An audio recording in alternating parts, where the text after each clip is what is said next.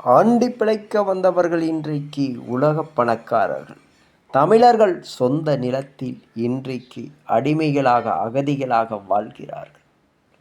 அண்டி பிழைக்க வந்தவர்கள் விவசாயம் மீது பிச்சை, மணல் மீது பிச்சை, கல் கோரி மீது பிச்சை, மலை மீது பிச்சை, மருத்துவத்தில் பிச்சை, டாஸ்மார்க்கில் பிச்சை,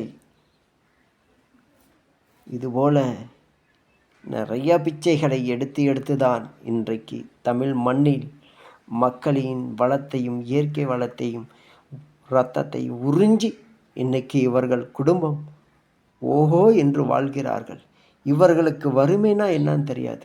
ஆனால் தமிழர்களாகிய நாங்கள், எங்களுக்கு வறுமைனா என்னன்னு தெரியும். என் நிலத்தில் எவ்வளவு காலம் இந்த திராவிடர்கள் ஆட்சி செய்வார்கள்? தமிழ் தேசியம் தமிழர்கள் எப்பொழுது ஆட்சி செய்வார்கள் என்று ஏங்கிக் கொண்டிருப்போம். அந்த நாள்